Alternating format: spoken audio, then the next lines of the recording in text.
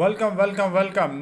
Now we are at statical, like statics, how it is used in AI, and we will go through statical AI, how it is used. In 1990, AI researchers adopted sophisticated mathematical tools such as hidden Maverick model HMM, information theory, and normative Bayesian decision theory to compare or to unify competing architect.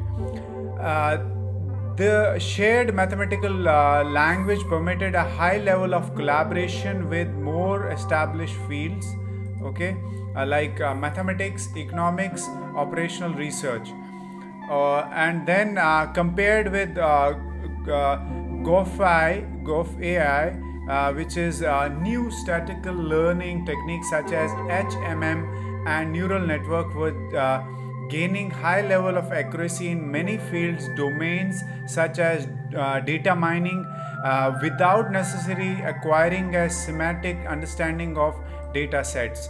Okay, then the increased successes are the real world data led to increasing emphasis on comparing different approaches against shared test data on see which approach performed best in the broader context than that provided idiosyncrasy toy model. AI research were becoming more scientific, okay, and nowadays result of experimenting are often rigorously measurable and are sometimes with difficulty reproducible.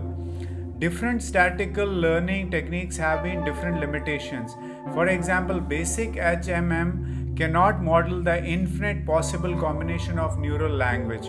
Okay, critiques such as Norman Chomsky noted that the shift from GOFAI to statistical learning is often also a shift from explainable AI. And in AGI, artificial general intelligence, researchers, some scholars cautioned against over reliance on statistical learning. They argue that continuing research into GOFAI will still be necessary to attain general intelligence. So in this section statistical, how it is used and what was the history, how it was used and how now it is used, like it is being used in artificial intelligence. So it is usually used in machine learning and all. So we'll go to the another video where we'll learn artificial general intelligence, AGI, and then we'll go to tools. Thank you so much.